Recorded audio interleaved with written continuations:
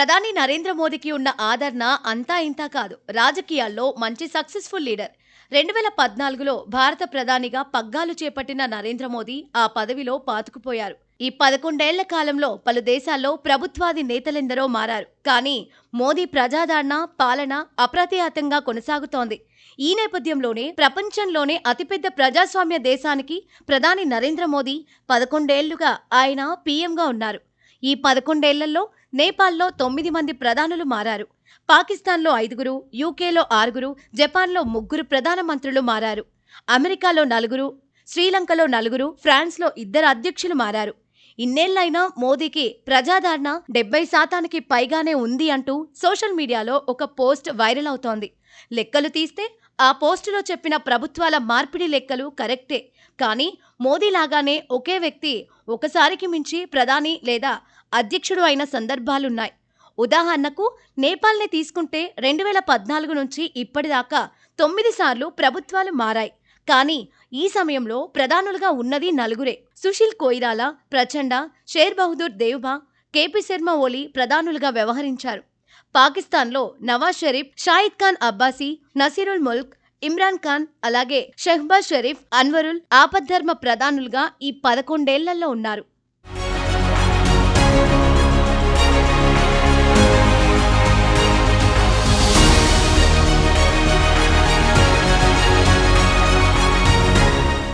ఇక రవి అస్తమించని సామ్రాజ్యంగా ఒకప్పుడు వెలుగొందిన యూకేలో 2014 మే నుంచి 6 ప్రధానులు మారారు.